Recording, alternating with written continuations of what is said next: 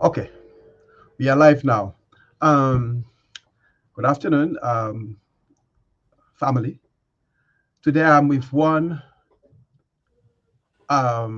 powerful brother Sola. He is one of the griots in the UK, one of the storytellers in the UK. He started off as a griot, professional griot, in the 1990s. He have a lot of experience imparting or teaching people life via storytelling. In 2018, he went to Tanzania to represent as a griot, to tell stories to the Tanzania, to the brothers and sisters in Africa. In 20 in sorry in 2018, he started off return a new um, a new platform where storytellers could come and learn, practice, and become professional griots like himself.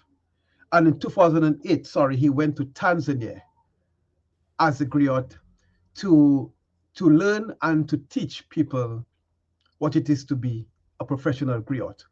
So I welcome Brother Sola to the platform this afternoon in order to tell his story. The topic today is um, about Africa. But before I give the title, I want Brother Sola to introduce himself. Hashima people, which means respect in Swahili. So my name is Shola. People call me Shola Story on account of the fact that I tell stories. I just want to clarify something about the word griot. So griot is actually a French word.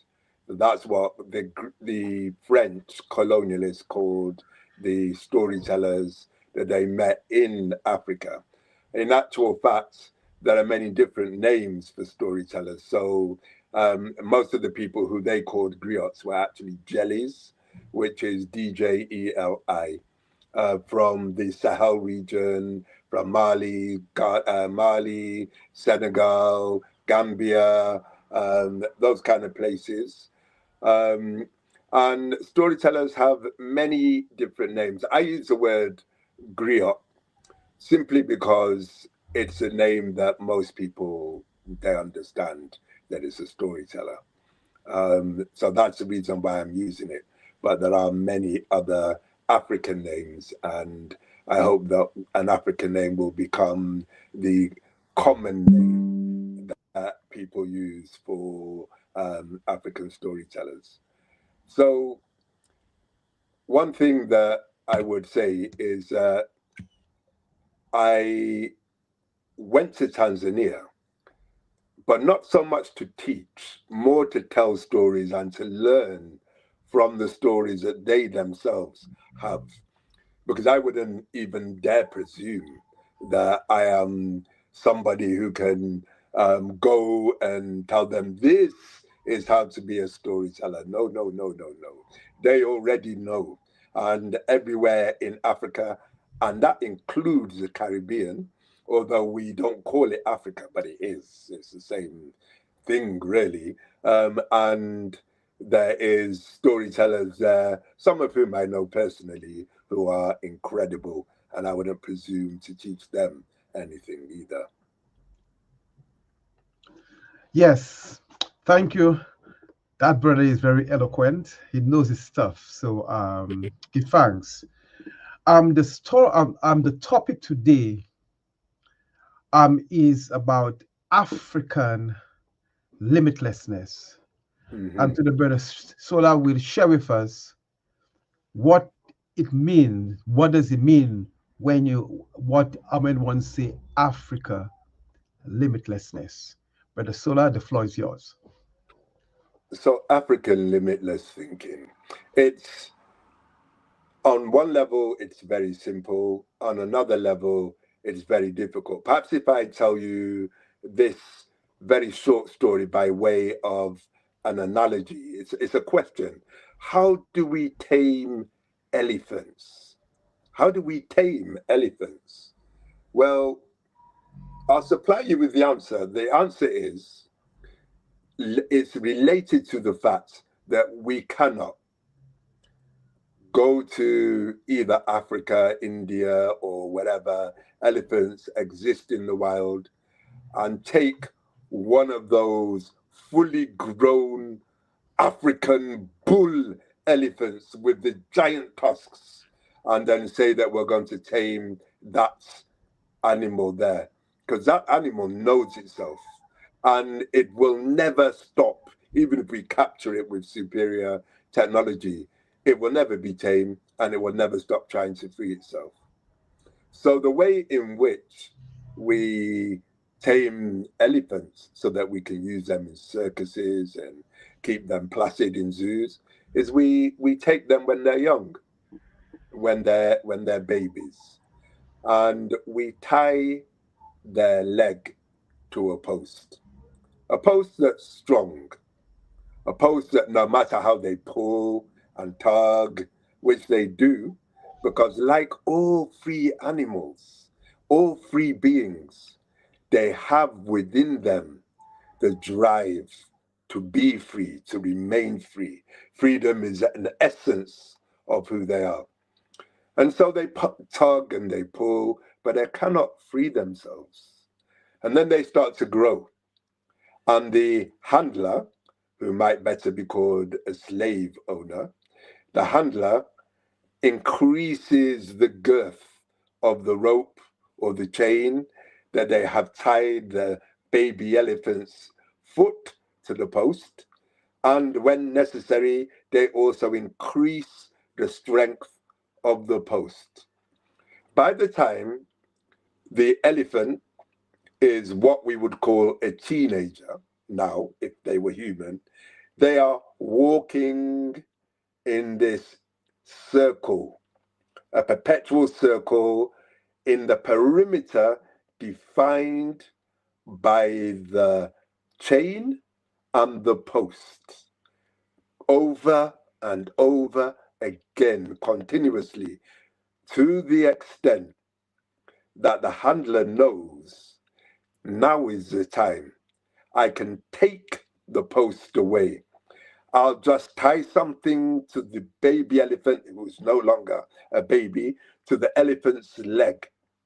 And the elephant continues to walk in that same perimeter as though the rope is tied to the post, but it's not, because the chains and the post have migrated from the physical proximity of the elephant into its mind. The chain and the post are now in the mind of the elephant. This is very critical. It's very critical because it is a metaphor, an analogy, an example of how we humans are entrapped, particularly the African human. And by that, I mean all of us who are Black, melanin rich, who hail, our ancestors hail from Africa. That's who I'm talking about. I'm not talking about white South Africans either, or Asian South Africans, or any other. I'm talking about the people we call melanin rich or Black. That's who I'm talking about. So we have been enslaved. Our lands have been confiscated. We have been killed for trying to get back our lands, our lands. We have been lied to and fooled by people coming with false promises and signing treaties that they reneged on when it suited them. We have been carried thousands of miles in terrible conditions. We have been treated as less than human, 3/5 human, the official um, status of the African American during the Jim Crow times. And it wasn't better in the Caribbean, and neither was it better even in the continent of Africa during colonial times when we were called savages, witch doctors, our ancient herbalists who had thousands and thousands of years of knowledge, who used the herbs that the allopathic medical medical the allopathic medicine uses today in its drugs and tablets, and even the synthetic drugs and tablets are based on those things that they learned from us and from the people of the Amazon, what those things, those herbs are for, what impact they have. So for thousands of years, our ancestors treated humans, healed humans, and yet we were called savages, barbarians, um, witches, fools, people who do not understand the true meaning of humanity. And how can they, since they are not fully human? And anybody of my age can remember Tarzan. And Tarzan, who was one white man in a jungle, a rainforest, who was able to fight lions. Meanwhile, the Africans who had lived with lions for thousands and thousands of years were terrified and scared of the lions. And also, Tarzan was able to beat up multiple Africans at once. I remember watching Tarzan, and I wanted Tarzan to win because I did not realize it was me he was fighting. I didn't know. That's what I mean when I say that we have been tamed into a view of ourselves, which is not only degrading, but it's completely unrealistic.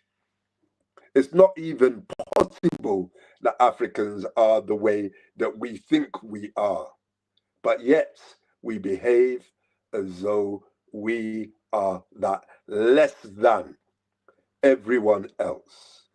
When I go to Sierra Leone, it's not unusual for people to say about a road that still has not been built or has pits in it and is not smooth and nicely tarmacked. They say things like, if not the white man they do it'd be good. Meaning, if the white people had done it, it would be good. Not our leaders are stealing all the money from us, and that's why it's like this. If the white man had done this, it would be good. And that, I think, encapsulates what limited thinking is, as opposed to limitless thinking.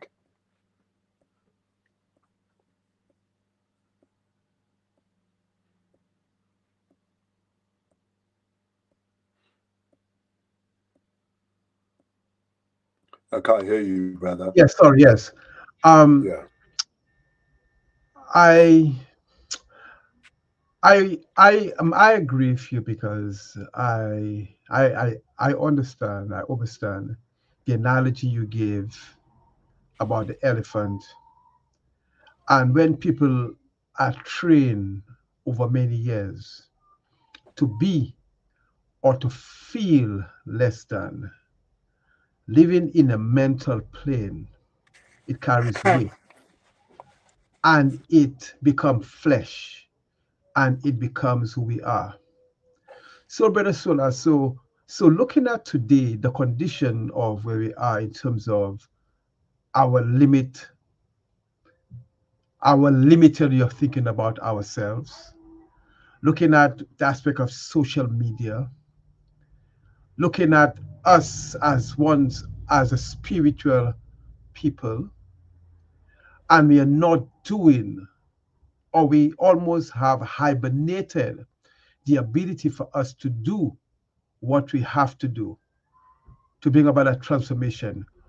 Where you see we are heading to before we get to realize that we have to, that it's time for us to wake up and take responsibility. Well, I mean, fortunately, the good news is that there are organizations like the PACM, there are different Pan-African, Afrocentric organizations. In this country, we have our Kebulan, there's quite a few. There is Rebirth of the Griot, which speaks these truths regularly through a storytelling and spoken word showcase. And there are many, many radio stations, as we know, Galaxy Afiwi, the radio station that speaks nothing but the truth. So we are awakening. It's slow, but we are awakening. There is the Traore, Ibrahim Traore in Burkina Faso, who's providing a beacon of hope for many of us.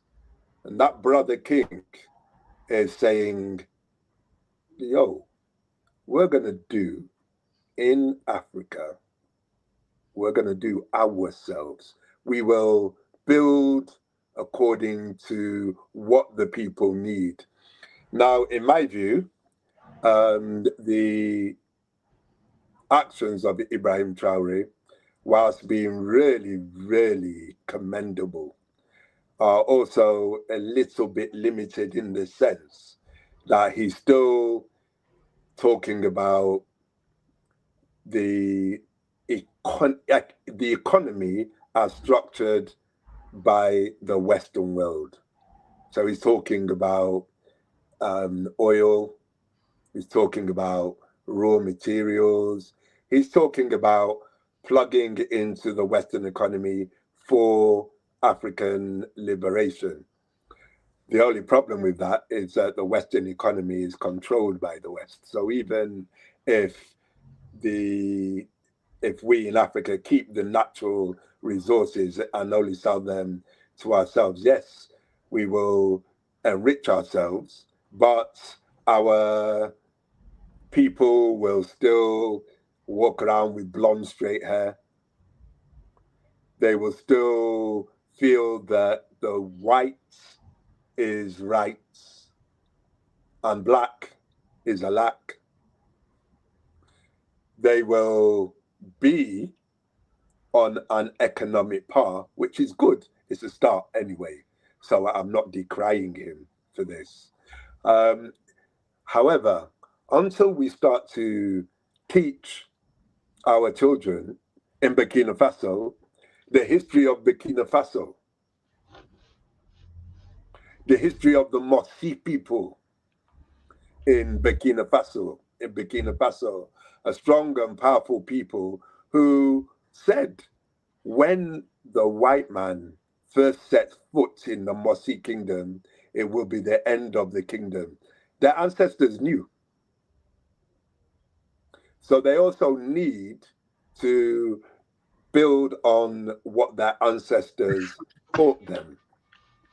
And we can only do that if we go back to look at what our ancestors considered to be things like success. The Yoruba, so my people are the Yoruba people. The Yoruba people do not have wealth as a top category of success. They have integrity. Integrity. A person in traditional Africa cannot be a judge unless they prove that they are the person with the most integrity out of all the people. Then they become a judge. And this goes back to Kemet, because a judge would have to be a skilled practitioner of Ma'at before they could ever be considered a judge, not just because they come from a family which is rich, or because they have inherited the post from another corrupt official who is also rich just like them. No, no, no, no, no. It was not possible. It wasn't possible. But it is possible in Africa today. So I think that we are in a situation. We could go either way. We can destroy ourselves, and we can fall into the pit shouting about white people and saying white people do this to us and that to us, and so on and so forth. Or we can climb the ladder and help each other to do so. We have the choice. We know enough now to make a change. We know enough to make a change. And yet still, we're doing things like having arguments with each other and destroying entire organizations that are there to elevate us as a people. We see shops and we'll walk into a shop and we'll recognize that the yam in that shop is obviously more expensive than the yam in Sainsbury's, because Sainsbury's can buy in bulk from the yam importers. They can buy in bulk. The person that's running a business by themselves cannot do that. However, how come the Asians and the Turkish can? The Asians and the Turkish take over whole areas. Every shop where I live, every shop is a Turkish shop.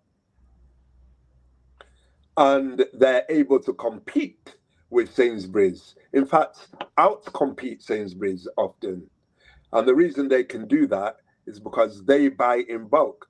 Why do they buy in bulk? Because even though they might not like each other personally, they still join together to buy in bulk the things that they will sell.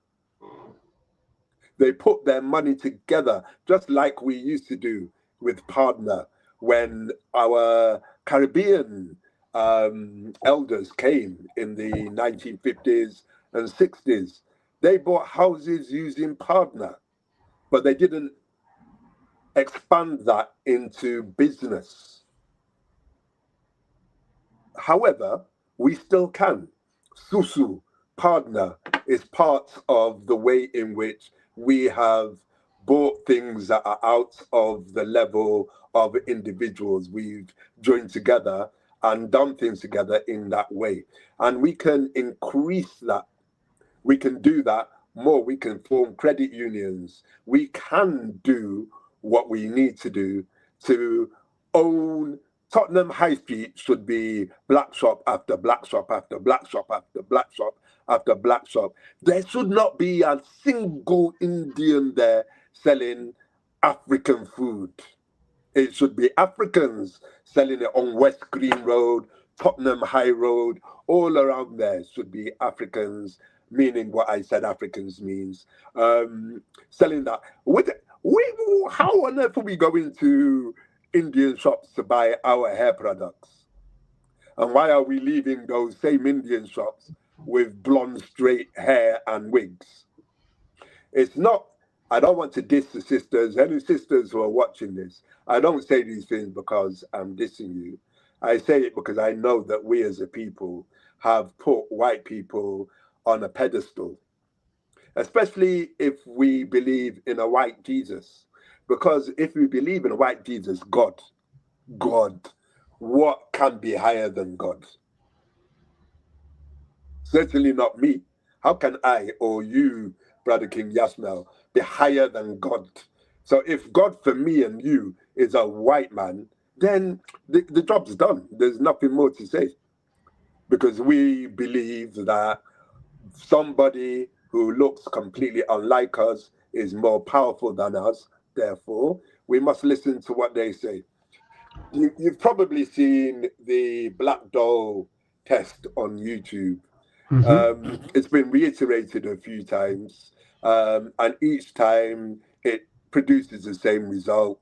today would produce the same result in 2025, where they take black children and they say to the black children, which doll is good? And the black children, 5-year-olds, 6-year-olds, 10-year-olds, say, that one, and they point at the white doll. Let me just say 5-year-olds. So just so you know that this starts early. This is not something that we become when we're adults. Then they say, which is a bad doll? I remember this girl in one of the ones I watched. She was like this. She didn't want to point.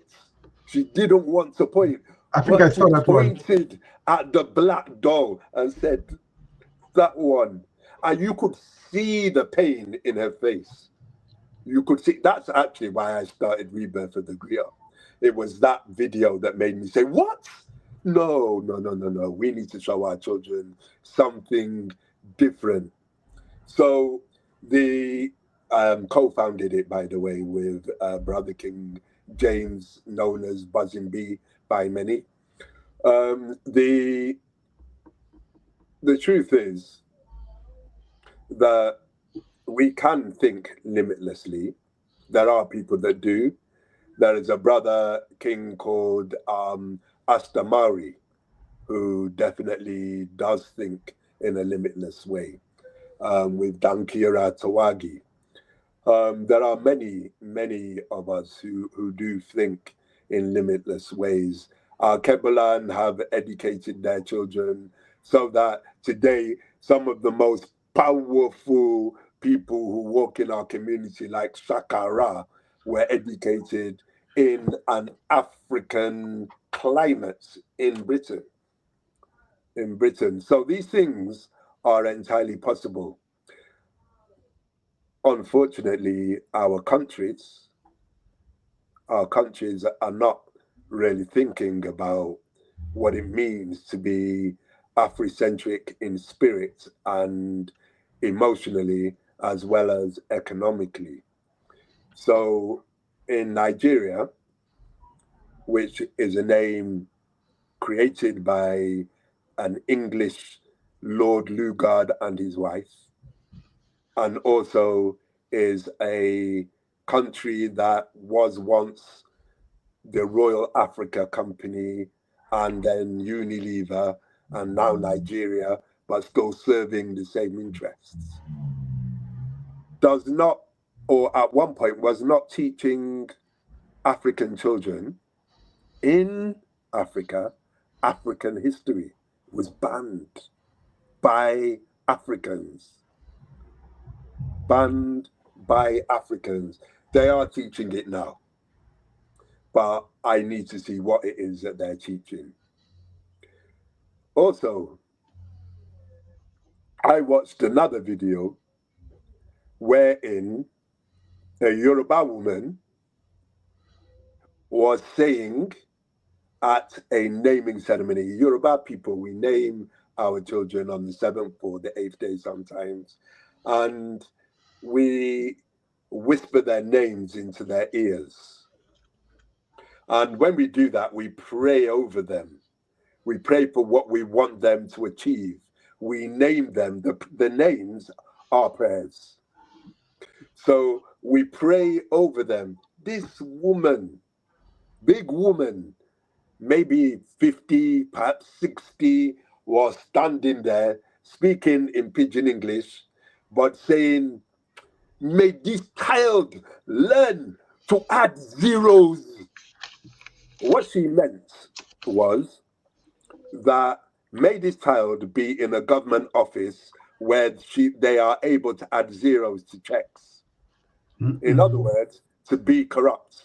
But to be in a position where they can write their own checks from the checks that come in for the country. Whilst she was saying this, I thought the people in the background were going to be saying, Auntie, what are you saying? The people in the back were saying, Amen, Amen, Amen. And they were also adding, let it be zeros. Let this child be able to add zero upon zero upon zero. Me, I was looking like, Lord have mercy. It's done now. It's done. It's done. If you can say that in public, be filmed saying that, not even try to hide it, to have and to be, it was not a small naming ceremony. It was a ceremony of somebody who adds zeros to checks.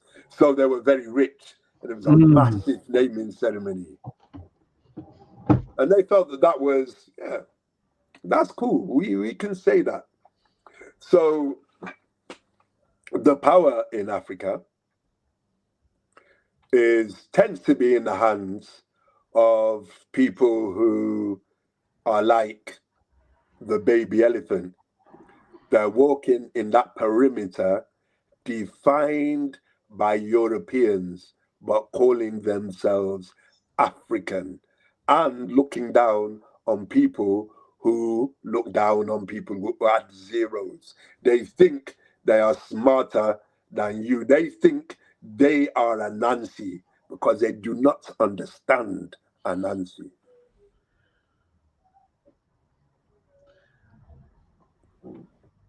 Seriously speaking, Brother Sola,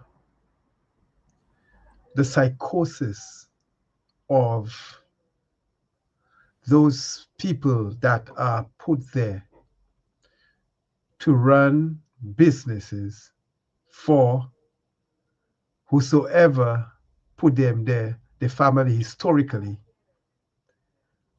they are doing the job and they're doing it well, and they have to pass on or continue the legacy to continue what the ancestors started, where the have nots and the haves. So, what you're saying there is very, very serious. In terms of um, looking at spirituality, where does it play a role in that equation? Do you think getting back grounded in spirituality can help the majority rise and look beyond just what those halves was instilling into the child, the zeros? I think, well, yes, actually, that was in truth. They were practicing an African spiritual tradition in that naming ceremony, although they were also, were syncretized with Christianity. Um, Now it's quite a tough question you ask. The answer is yes, but there's a lot of nuance because Christianity itself is an African religion. It's just been co-opted by people who decided to use it as a way of enslaving the minds of everybody, not only Africans, but everyone.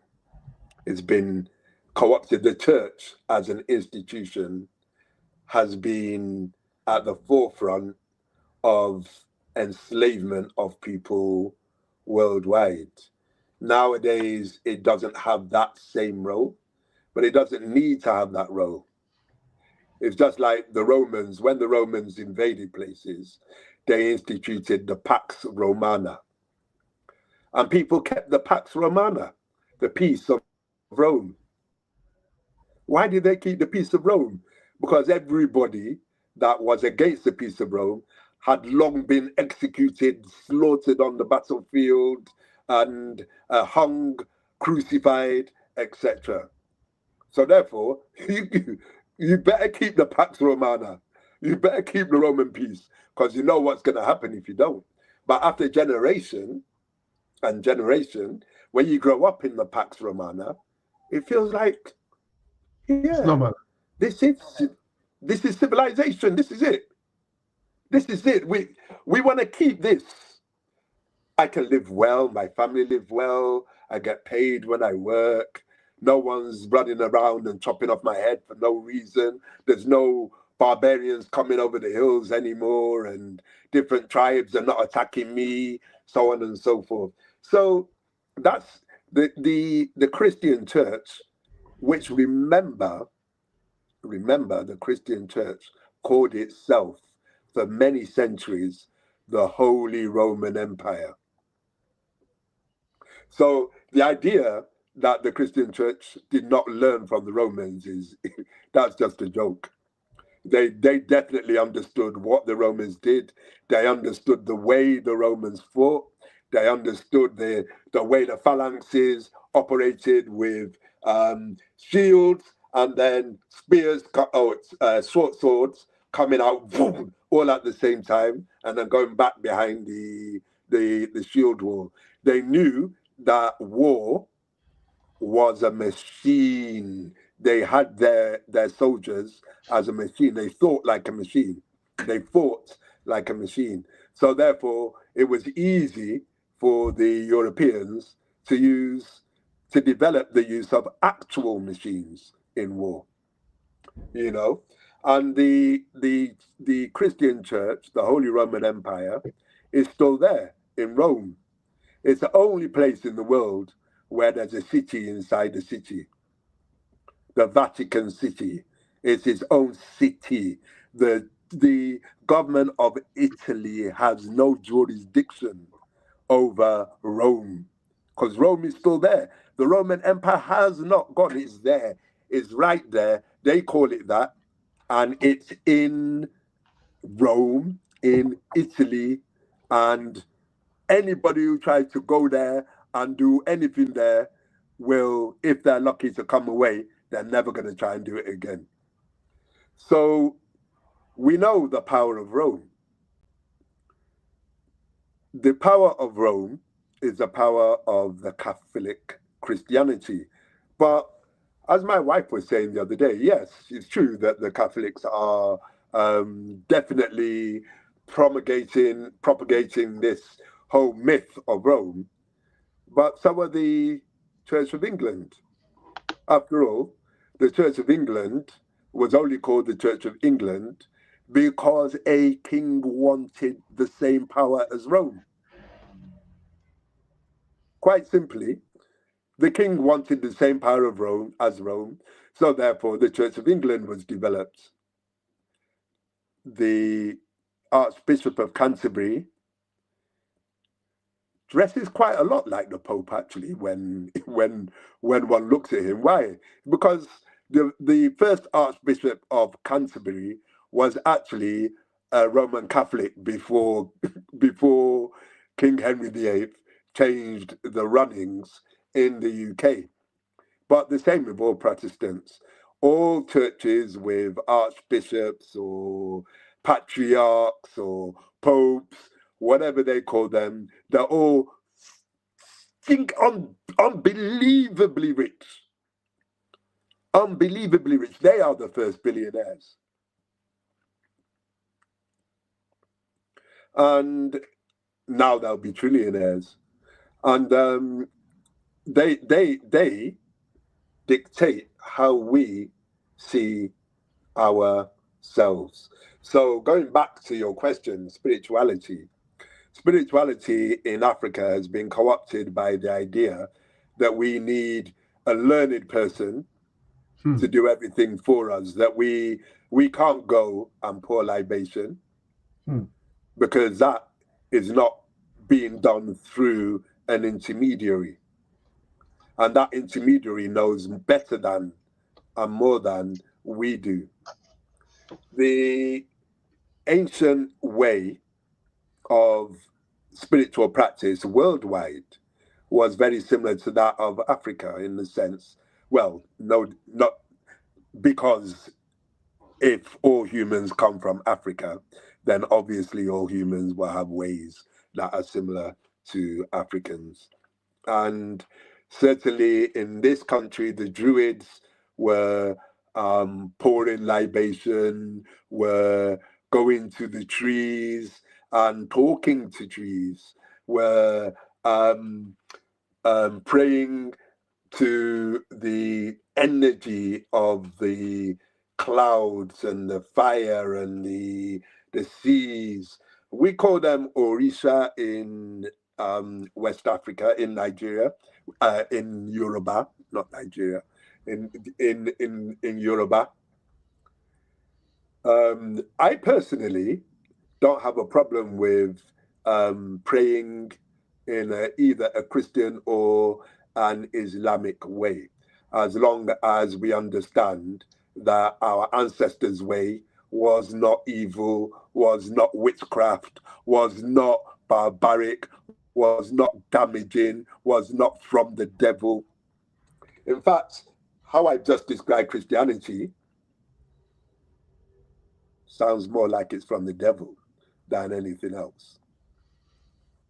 So yeah, people who practice African spirituality as a way back to self, I think that it's definitely a viable path, and it's one which will allow people to learn that the opele, which is the divination chain in Yoruba, is part of a system of understanding of fractal mathematics. I think I've spoken to you about this before. The development of binary and the use of binary for computing was discovered by a man named Leibniz, who was a European mathematician that went to Africa and saw the Babalawo and understood the binary, the mathematics, the random number generator that the Ifa oracle is. But not only the Ifa oracle, I see that the Sangomas in South Africa use exactly the same thing, as do the Moriques and the Marabous and the different African spiritualists all over Africa. They use the same marks, the same number, the same system, the same system. Europe, at the best, had symbolic mathematics. They did use spiritual maths, but they didn't understand what we call the Oduifa.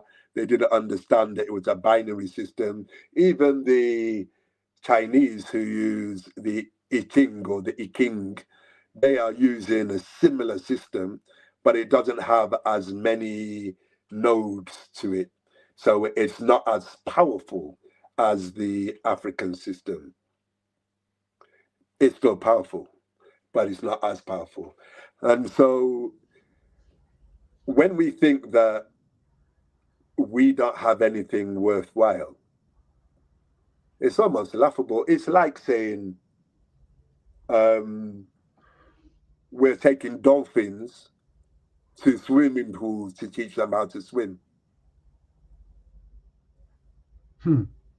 We're gonna we're gonna start a systemic inhabitation of under the sea and teach all the fish how to swim.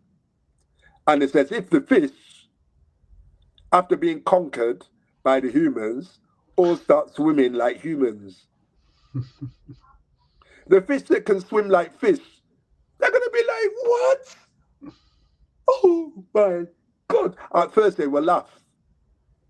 At first they will say, go away with your humanity, you fool people.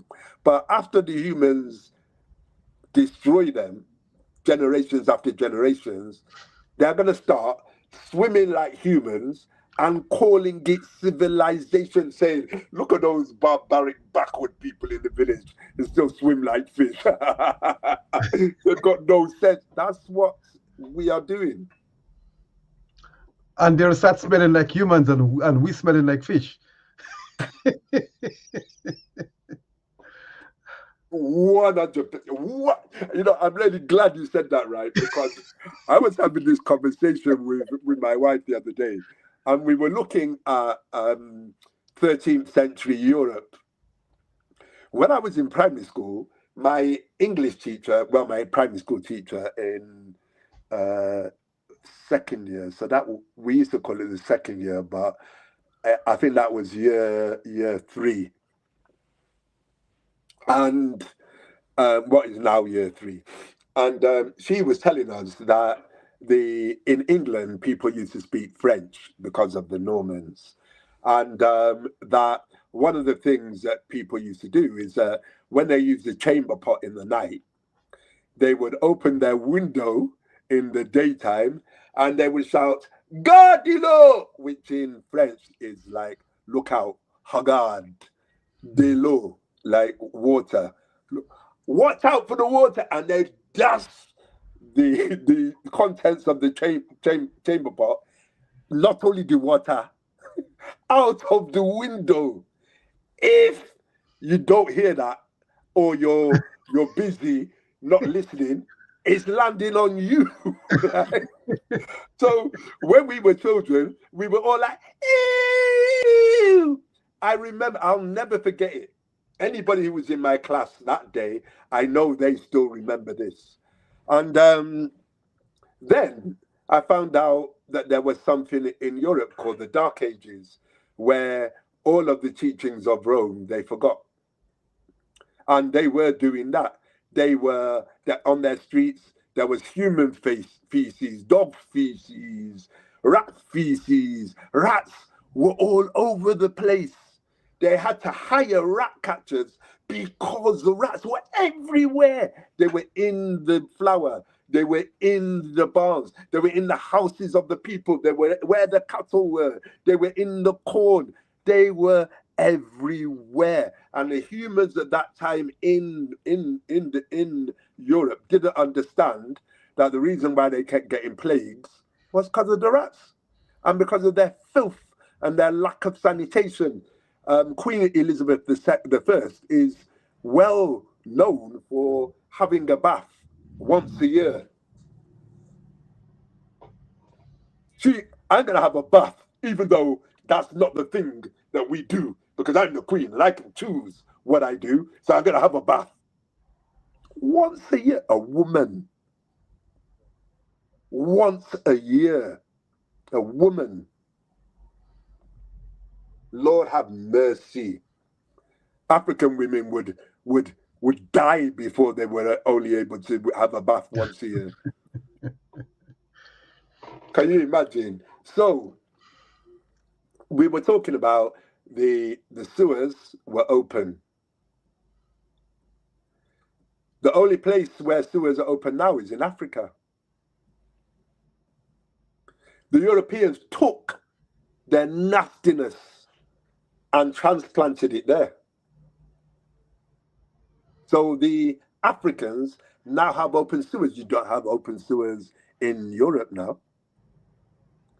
And the Romans had sewers underground because of the ancient Greeks who learned it from the people of Kemet. So the Africans taught the ancient Europeans about sanitation. But when the Germanic people, who, when we say Europe, we must understand that it's the Germanic people who are at the forefront of the annihilation of the peoples of the rest of the world. It's the Germanic people, the people who come from the Caucasus. And I must say, this afternoon, that discussion is for educational purposes only. So anyone listening to the discussion is looking at the historical aspect of what happened and where we are today and where we will be going, looking at the way things are moving on. So, like I say, it's only for educational purposes. No, alone. Thank you. You can continue, Brother Sola. Yeah, yeah. And actually, I'm glad you said that because I'm not dissing any white people per se, actually. What I'm saying is the truth about the history of the Germanic people. It's true. They were Vikings. They did come over, and their creed was rape and pillage. That's just the truth. And when the English, French, Germans, Dutch, and various other Tribe, Europeans went, tribes, European tribes, yes, yeah. yeah, when their tribes went abroad, they went to rape and pillage. So that's just the truth. That is what happened. So the the truth for us is that we have now taken over the things that Europeans used to do for our own detriment. Like I said about the sanitation, but also we run our political systems like Europeans. But not alone. If you look at, well, today, I mean, even here and throughout many places, you'd see Europeans today are very much involved in African spirituality or in spirituality. And and they appear and the way they are conducting what they understand as African spirituality, they're doing it with such passion. And whilst we are filled in the churches, looking out for something that our great ancestors 2,000 years ago Uh-oh. was looking, was hoping they would see. So when you look at them today, they are the one really chattering the course in terms of what you call African spirituality. We are doing it, but you would see a lot of them talking about it on different platforms, social media. You will see them on TikTok talking about it, and and a lot of them you have to understand because you could be lost in the scheme of things. You can continue, Brother Shula. Yeah, they have understood. They, if you see how they dance now, you will also see African spirituality in the way in which they move, Even because the drumming, I was looking on the high road. There is a drumming class in the pub on yeah, the 19th, £15. there's one here too. Yes, West Africans. These are West Africans coming to teach them, coming to teach. Like the table is turning. We call it primitive. Or when you see some of our singers like Burna Boy singing nothing, but is getting rich at the expense of the ignorance of the people. And for better, he is even very rude, very insultive these days, because I think the Fela Kuti spirit are not being um, imparted for us people to learn what our great ancestors did. 100%, 100%. And actually, people would say, "Oh yes, well, it's the generation of today. They're brought up differently. That music that Fela made would not move them in the same way. However, the music that they're listening today, um, like you mentioned, Burna Boy. So Burna Boy, what's one of his tunes? Um, uh, I need it more, I'm tired. Okay, so he could easily, in the same way, say something like, "Last, last, we go fast, and we put off photo breakfast, spiritual." He could say that in exactly the same way as what he's saying. And because of the way in which he does it, it would be commercially viable, because it's not the words that he's saying that make people choose him.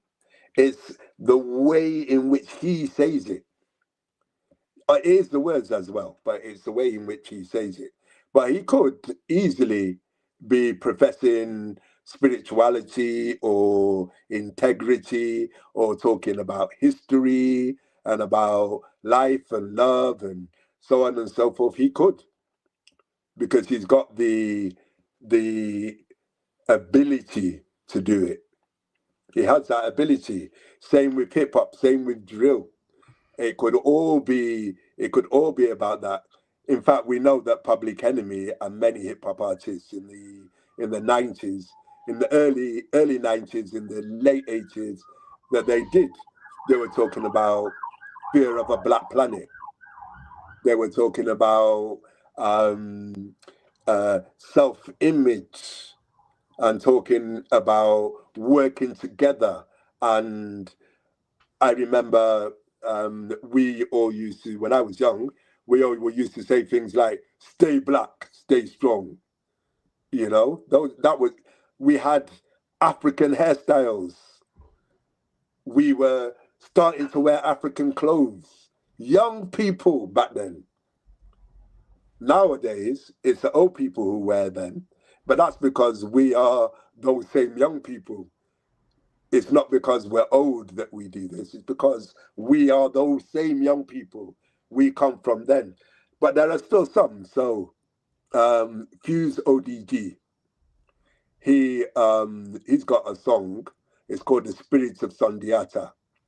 And he went with a crew of Ghanaians to Buckingham Palace and various other places in London and in Paris, the Eiffel Tower. And he played this song, and they're all wearing African clothes. And he's there, he says, "I come with the spirits of Sundiata. I can never be afraid. And I come with the spirits of my ancestor. I give thanks and praise. I come with the spiritual armor. Something, I come with the energy of Shaka. Um, you go think say I crazy." So he does this, and they're all saying, "You go think say I crazy. I will never be afraid." All of them, and it is very powerful. Fuse ODG, you should check it out. So it's not to say that there aren't musicians who know what the score is. He was famous for head, shoulders, knees and toes, head, shoulder. Let me see, get down low. You remember that song there? He was for that, and also for Azonto. Let's all do the Azonto, Azonto, Azonto. Let me do Azonto. That song. That's him. But he woke up and is now on a mission to have Victoria Falls called it's Lake Mwanza is Victoria. I forget what the falls are called, but the meaning of the falls in the language of the local people is the smoke that thunders. Isn't that a more metaphorically beautiful and also truthful name about that water there? Because it does thunder and it does look like smoke.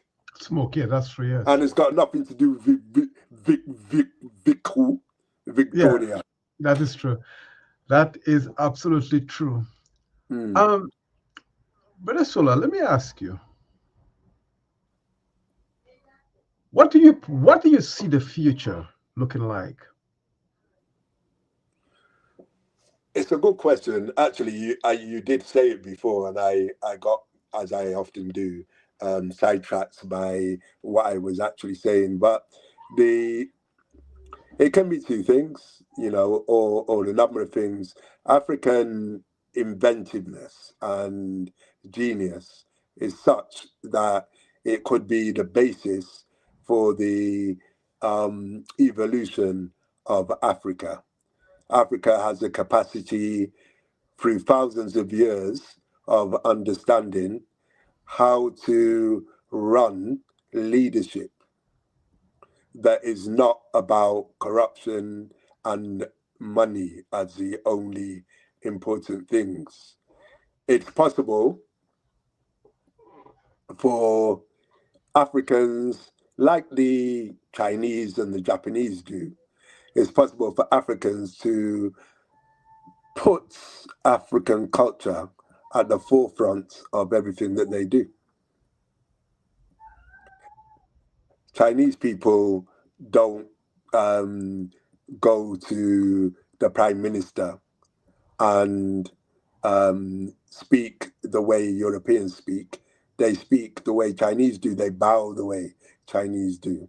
The Japanese people do the same. Japanese culture is very much alive and kicking in the way in which the ordinary Japanese person does something because the rich Japanese people do it in a Japanese traditional way as well.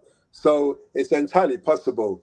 The How it seems at the moment is that Africans are going to hell in a handcart, in the sense that we are not recognizing that the earth is being destroyed by humans. And the way in which that it's happening is through our economy. That we believe that commodities for humans, which make a lot of money for the people who sell those commodities, is the most important thing on earth. When you hear even people here arguing about the government, they're not talking about human rights, they're talking about money. And in Africa, when we know that the people in Sudan are in a famine situation and a pestilence situation right at this moment, a war situation, and famine and pestilence being one of the things that war brings. We know that, but no one in Nigeria is talking about our brothers and sisters in Sudan need us, and our government needs to go over there. We need to send our troops over there. We need to send our government over there. We need to make sure that they do not suffer from this war. We need to put a stop to it. They're not saying that. They're not acting on it. And if we continue in that way, it doesn't look good for us. It doesn't look good. We do also have people like Brother King Andrew Mohammed, who's now in Gambia, living there, and who has a whole thing going on over there. And in Gambia, the Gambians have said that the people of the diaspora are welcome to come to Gambia and be naturalized as Gambians. And I think the same thing is happening in Ghana. I actually think that the future of Africa is really in the hands of the diaspora. 100%. I do agree. I always, I think, no, I agree with that wholeheartedly because we have a wealth of experience with where we are today because the people home looking at the skies and seeing it blue, Mm-hmm. but we live it in the sky, so we have a level of knowledge um, based upon the experience. The last thing I want to ask you, I want to say one more thing to you, and then maybe you can talk about what you're doing and where with your activities. Do you have any plans or are you hosting any function before the year is over? So you're going to, sum it up, talking about what you're doing and etc. Hmm. Um, do you think that all of us need to go to Africa, or some of us need to stay in the West, and some of us need to be able to bring the merger? Because at present they're talking about making a six zone, not a zone, a six, um, like a part of Africa where they want to bring in the Caribbean as a next part of Africa.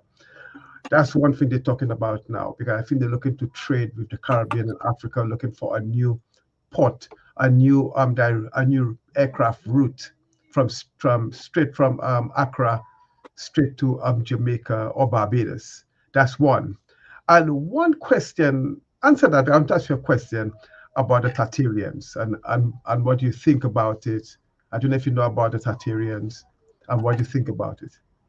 I don't really have that. I'm not up to date with that. But what I am up to date with is the idea to fly a straight flight path from Accra to Bridgetown and to Kingston, and I totally agree with it. The idea that the Caribbean is another nation of Africa is it makes good sense. The idea that Caribbean people should be invited as citizens into Africa is it makes sense. The idea that the those of us in the diaspora know we've lived in the belly of the beast.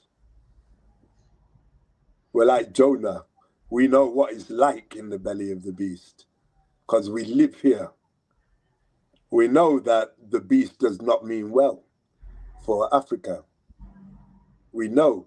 We can even say we know when we see somebody like Traore, we feel fear because we know what happened to Patrice Lumumba and we know what And happened again, sorry, like to. I was saying, brother, this discussion is for educational purposes only. So listen, learn, and let's have dialogue in order for us to make a bright and better future. Can continue.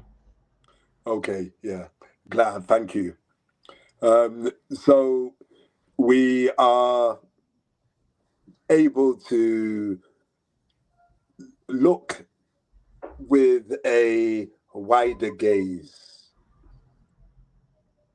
We've listened to TED Talks, we've read encyclopedias, we've written books, we've seen the projections of our financial experts over many generations.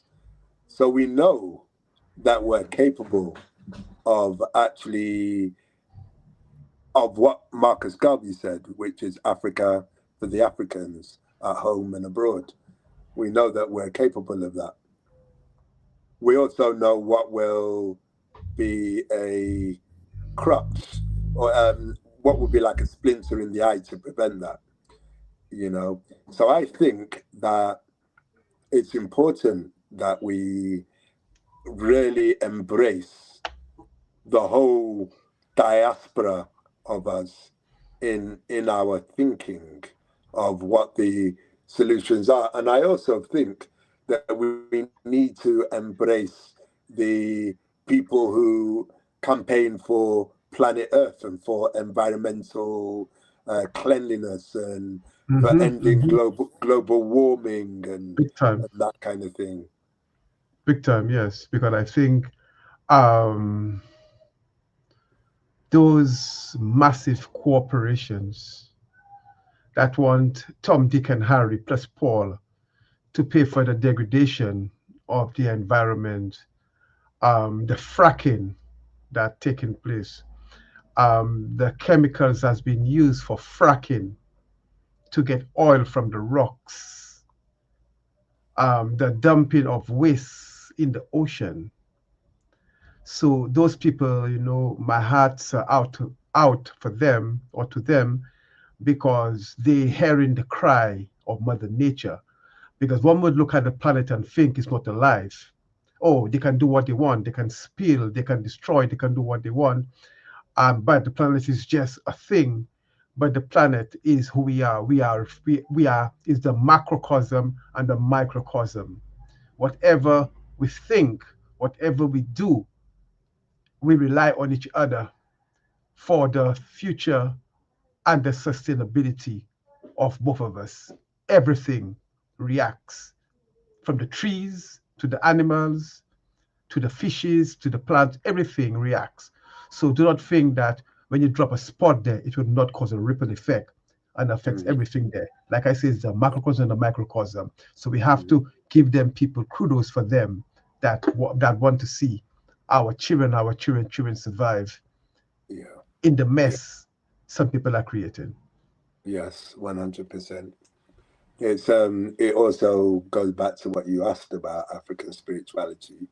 So for hundreds of thousands of years, African spirituality did not destroy any part of the earth.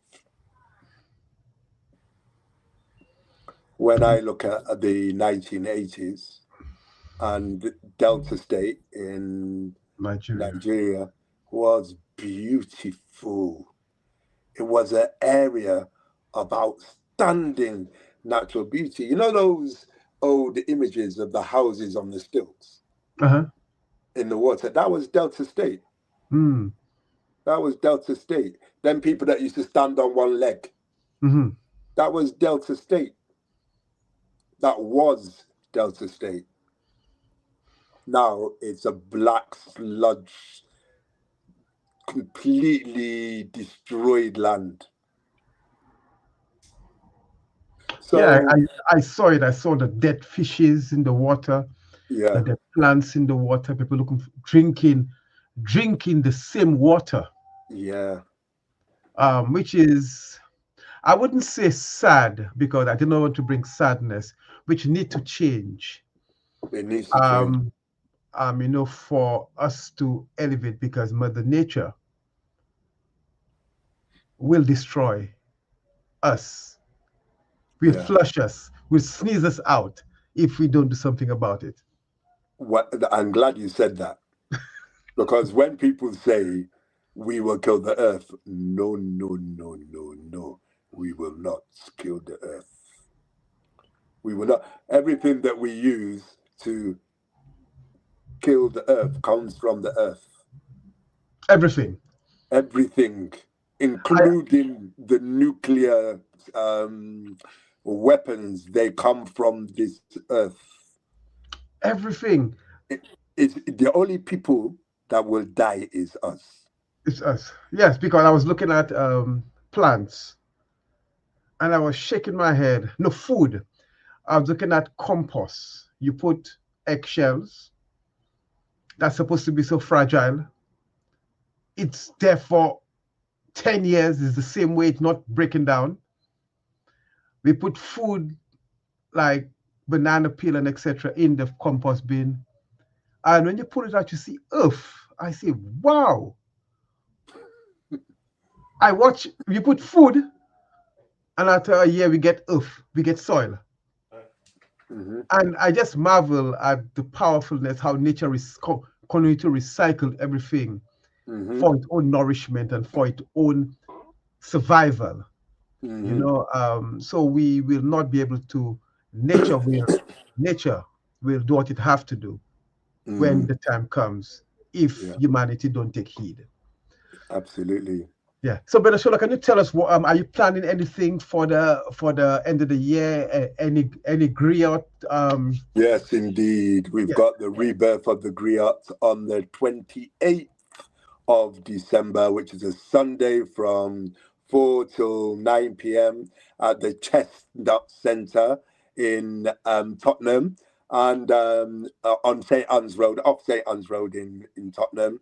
And we actually Speaking of that, we're going to ask your daughter if she's going to come and perform because she's such an incredible poet. It will be storytelling, poetry. We're collaborating with the PACM this time. So we have our keynote speakers will come from the PACM. We have a lot of the what people expect when they go to a PACM meeting will be in Rebirth of the Griot this time because we are collaborating. But we will still have the drumming, we'll still have the storytelling, we'll still have the poetry. It's an African family occasion. It's Kwanzaa 2025, and it's based on the 28th, which is Ujima, cooperative work and economics. So it really is wonderful that we're collaborating cooperatively on that day. We're actually putting action to the words. So if you're available, come in. Is donation only. So come in, bring your children, bring your family, learn something, enjoy something, have good fun, buy something wonderful as a gift, get some knowledge in the books that are going to be on sale there, get some protection in the crystals and some herbals, and get some good sauces to put on your food. It's going to be fantastic.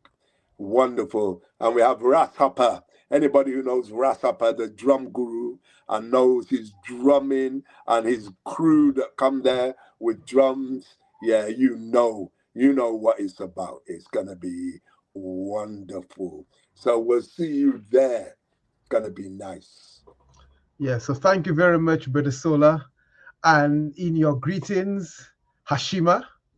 Hashima. Hashima. Hashima. Okay, Yes. cool. Thank you very All much, right, and then, my we'll brother. speak again. Yes, Mel. We'll speak soon. Okay, thank you. Peace. Peace.